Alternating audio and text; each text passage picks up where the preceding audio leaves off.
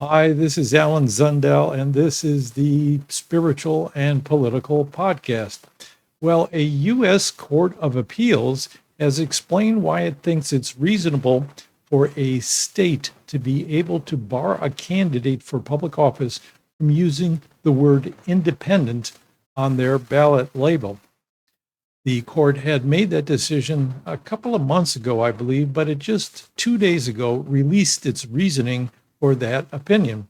And I thought that would be of interest to all of you out there who have been following me as I cover alternative candidates from alternative parties and independents. But first, before we go to that case, let me introduce to you the man who brought that lawsuit. His name is Jim Walden. He was once a criminal prosecutor for the U.S. Department of Justice, and he is now running for mayor of New York as a candidate who is an independent. Now, there are only 4 qualified political parties in the state of New York. That is the Democratic Party, the Republican Party, the Constitution Party, and the Working Families Party.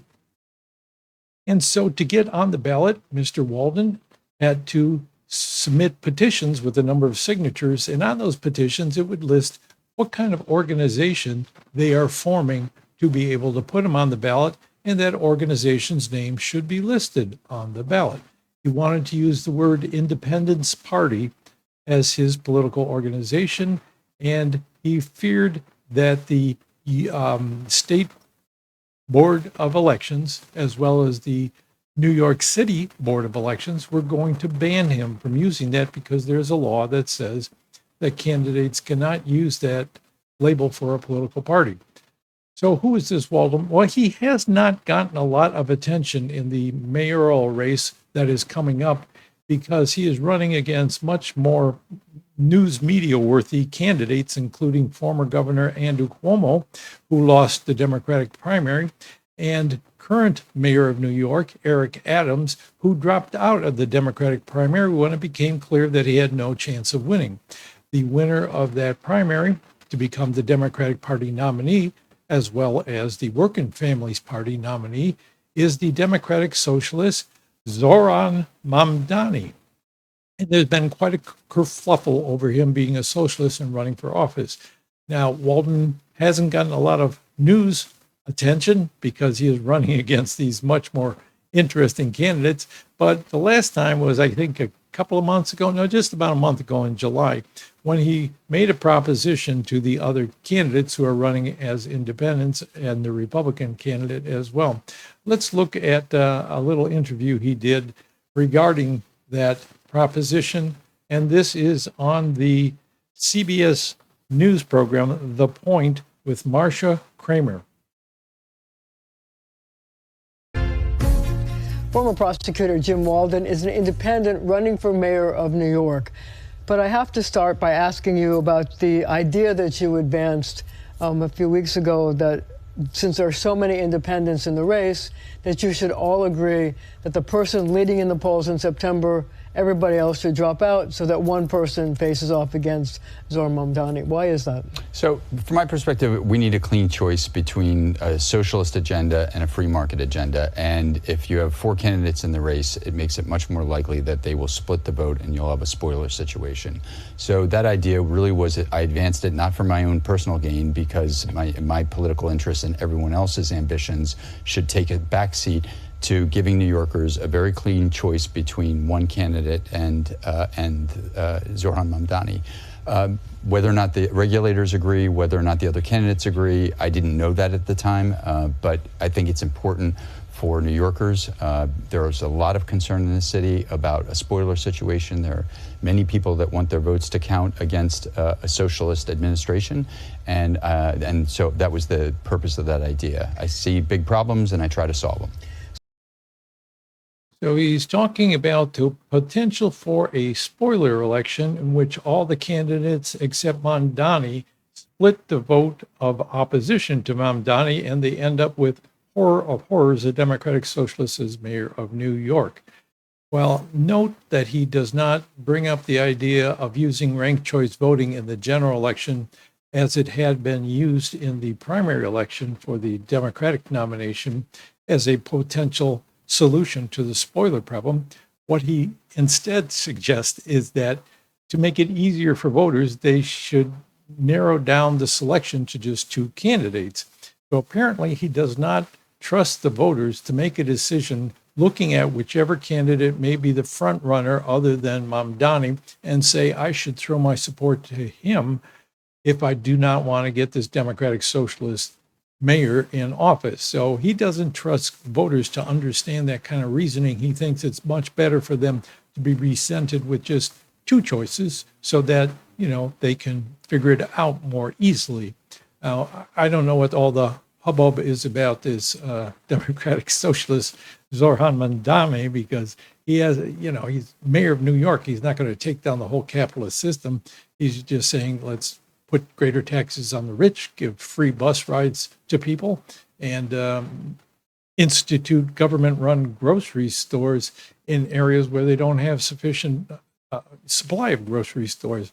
Nothing that terribly radical, although it has shaken people up enough that this is a major national issue, this guy who might win the mayoral race.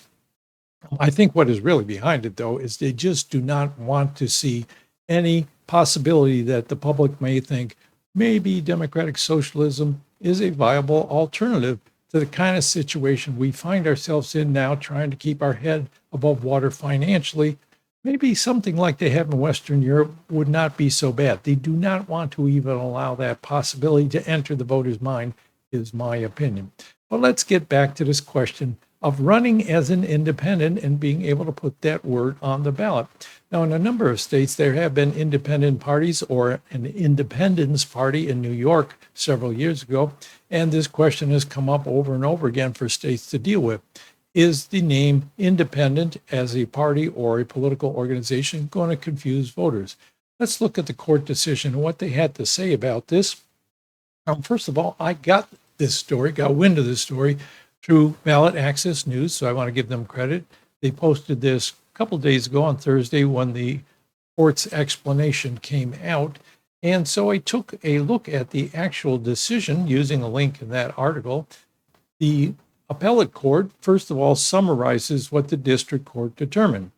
It had to do with what kind of standard they're going to use in order to assess Walden's objections. Now, what Walden said is that by not being able to use the words independent or independence on his ballot line, they were restricting his freedom of speech under the First Amendment and his right to equal protection under the 14th Amendment.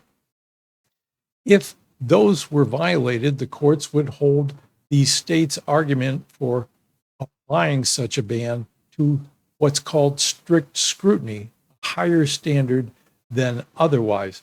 So the district court determined, this is from the appellate court decision, district court determined the law neither imposed a severe burden on political speech nor amounted to an unconstitutional content-based restriction on speech.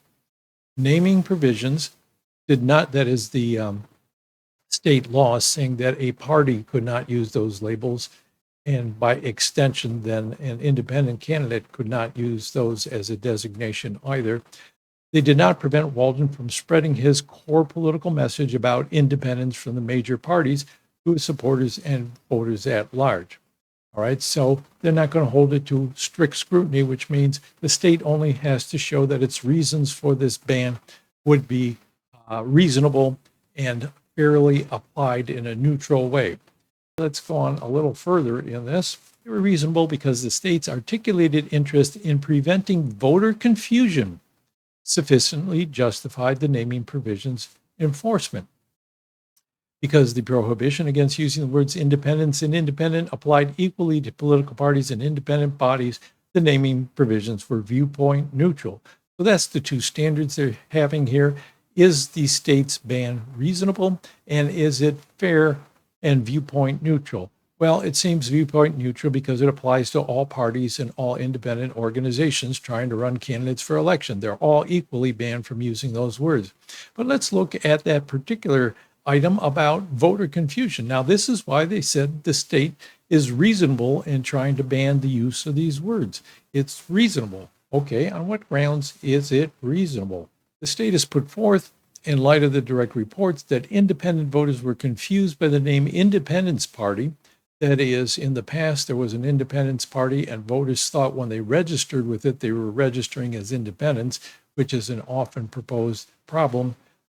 But it's also noted by Walden in his lawsuit that this is different than a political organization, because there is no way for people to register with his organization if it's not a qualified political party. So they say it's different. But in the past, voters were confused and registered with the Independence Party.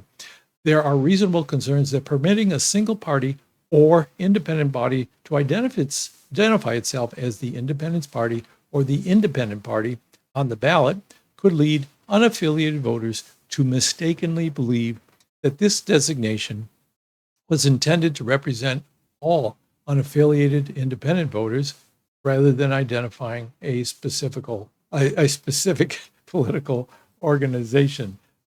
I don't know where I got that word specifical. I guess looking ahead to political. So what do we have here? On that interview we saw earlier, he was not trusting voters' ability to sort out who to vote for when they have a lot of candidates in the general election. And there's more than just those 4 or 5 I mentioned. There's a bunch of also-rans who are even lesser known than he is. So he thinks voters could be confused by that, but he doesn't think voters are going to be confused by the Independent Party label or the Independence Party label on his ballot. So that is the state of play here. A federal appellate court, Supreme Court has never weighed in on this particular issue, but the repercussions would be that anywhere any candidate or any party wants to use the word independent to exhibit its purpose as being somewhat free of the dominance of the 2 major parties, would be banned by a state from doing that. Now, it's not clear that New York City Board of Elections is going to follow that and follow through with the ban. And in fact, Walden changed his ballot label to integrity as a way of avoiding this whole problem. But I still think the whole affair is significant in that it shows the mentality of people who are worried about the possibility that other parties or candidates could get on the ballot and get votes. Either they are worried about a socialist candidate and the possibility that people will see them as viable. They want to crush any attempts to do that. And number 2, they also have historically the 2 major parties who control most state ballot access laws. They control all of them, one or the other of the major parties, or them 2 together working together. They're worried that if somebody can be identified as an independent or a party can be identified as independent, there are so many voters now, more than there are registered Democrats or registered Republicans. There are voters who regard themselves as non-affiliated or independent. They're worried that those voters will find an independent candidate attractive just on the basis of them saying clearly they are independent. So they are worried about the voters either having an option to choose a socialist or having the option to choose somebody who calls themselves independent, because voters might get the idea that these people may be worth voting for. Better to keep them off the ballot or keep that word away from the ballot entirely. So what do you think? Is that decision reasonable? What do you think about his idea of spoiler elections, having candidates drop out? Put your comments below. Love to hear them. And thanks for watching. If you like this video, hit the like button. If you would like to hear more like this, hit the subscribe button. And hope you come back. Bye.